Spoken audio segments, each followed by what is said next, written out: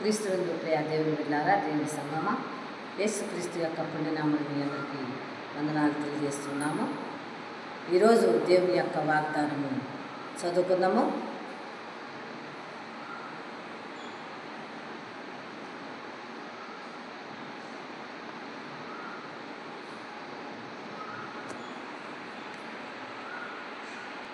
రెండవ కొరింథీయుల పత్రిక 3వ అధ్యాయము 5వ వచనం చదువుకున్నాం.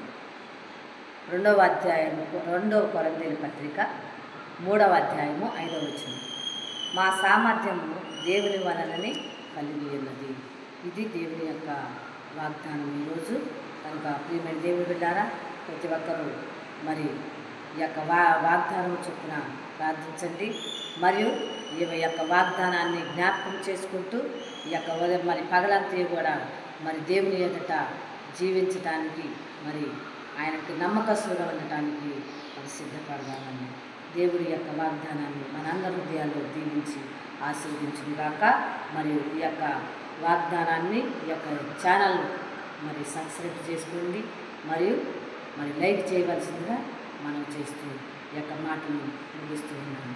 దేవుడు మిమ్మల్ని దీవించి ఆశీర్వదించుగాక. ఆమేన్.